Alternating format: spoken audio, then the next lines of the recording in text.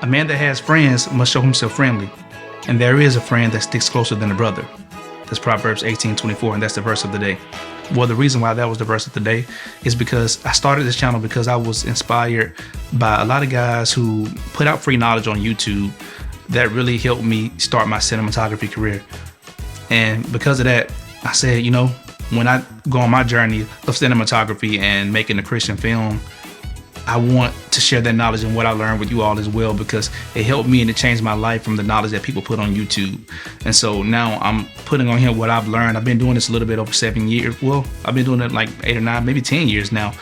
And if you've been here before, if you've seen my other videos, you know that I started in the news industry, and photojournalism is completely different than cinematography.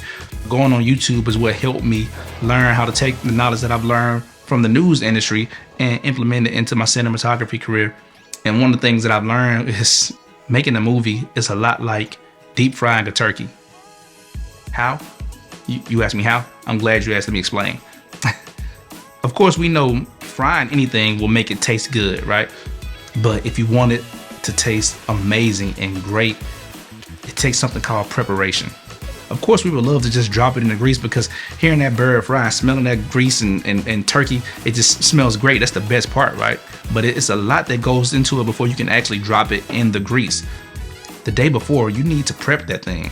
And actually before that, you need to let it thaw out like 3 or 4 days before that. For one, if you don't, you're gonna blow your whole house up. But then the night before, you need to rub it down with your favorite seasonings and inject it and clean it and rub it down again and inject it again, and then put it in the refrigerator and let that sit overnight. And then you have to get the electrical fryer, get your fryer, and let your grease get to the right temperature before you can finally drop that bird into that boiling grease, and before you can get it to this point where it's a done deep fried turkey. And that takes time. This stuff is tedious. Cinematography is a lot like that. One of the things that I had to unlearn that I learned from the news station, in news, it's not about how good it looks. And news is about getting the story first. But as a photojournalist, your job is, they say, hey, something just happened out there. We need you to go get the video. So you don't have time to prep. You just go out there and shoot as many shots as you can and edit it as fast as you can. So I kind of took that bad habit, or brought that bad habit into the cinematography world. And it took me 7 or 8 years to get out of that. I'm just now getting to the point that I realized that, of course, these cameras and these lenses produce a great enough image where you could just press record, and then you'll find something that ends up looking good, and you can edit a story together that ends up being halfway decent or pretty good, sometimes even great. But that's not good in the long run.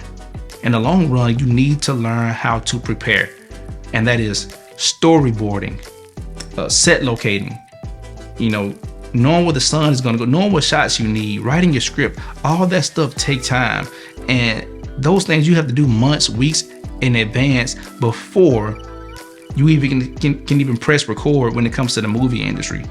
So the more time that you take, I'm not saying be lazy or procrastinate, but actually work. The stuff that we don't like to do is sit down and have to research and put all this stuff together. But I'm learning that when you do that, it makes your job a lot easier when you finally get to the day where you can record.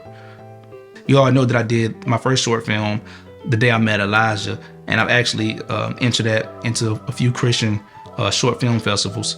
And so I should be hearing back from them in a couple months here, see how I did with that. But also for my full-time job, I did a short film called You Still Have a Choice. And I actually won Audience Choice Award at the Fairhope Film Festival for that short film. If you all want to see that, that's on the City of Mobile's YouTube channel. You can go on there and look at that. But God has given me another idea for a Christian short film. And it was birthed from a question that I had for Jesus. And I asked him, like, I know it's good for us to read the Bible, but it'll be much easier if you could just come down and just sit and talk to me face to face and answer all the questions I have. And he told me there is a way to do that. And that's what this short film, you know, this what motivated this short film. I don't want to just spoil the whole short film, but I think it's important that I share with you all that, you know, God gave it to me. The name of the short film right now is a work in progress, but it's called Have a Little Talk with Jesus. And I just finished up writing that script, and it's going through the revision stage. I'm actually going to be filming this short film in my backyard.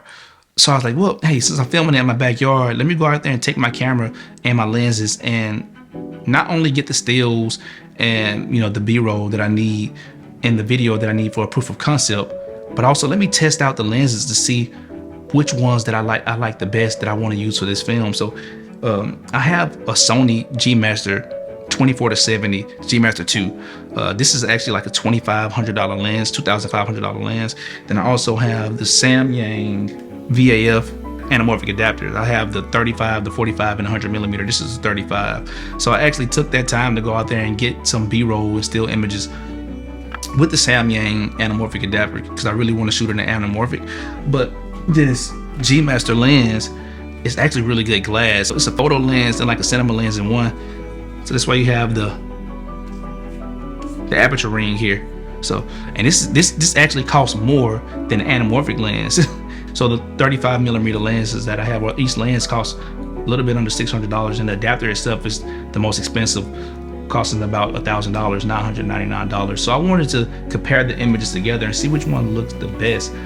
I'm doing this test between the 35 millimeter Samyang, well actually it's Rokinon 35 millimeter, and I'm shooting at the focal length on my zoom lens at 35 millimeters, so you can compare both of them together. I know this is different because you can zoom any focal length you want, but I wanted to compare the images from the exact focal lengths and exact color grade to see which one looks the best. And you can see this here. So it's a Sony 24-70 GMIII II at 35 millimeters, and then the Samyang anamorphic at 35 millimeter. Look at this test.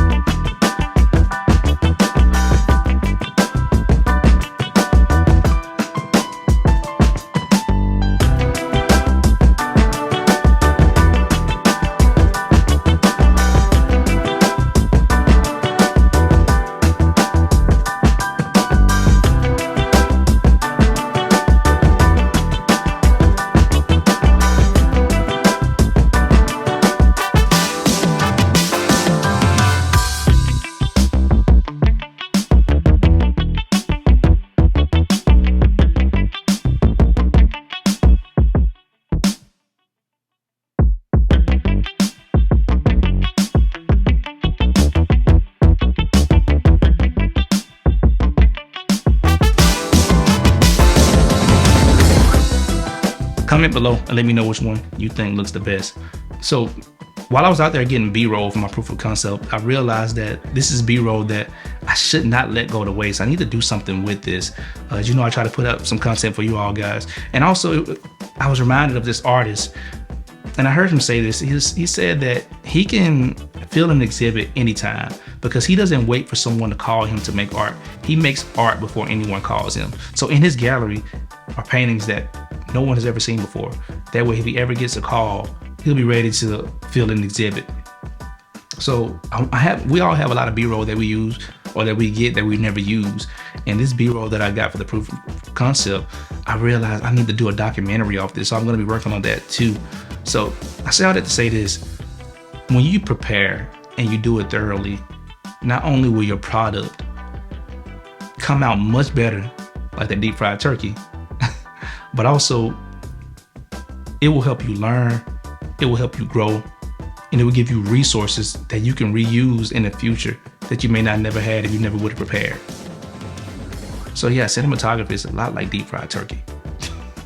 While I'm working on this short film, I would love to know if you all have any questions that you have that you wish that Jesus can just sit in front of you and ask you.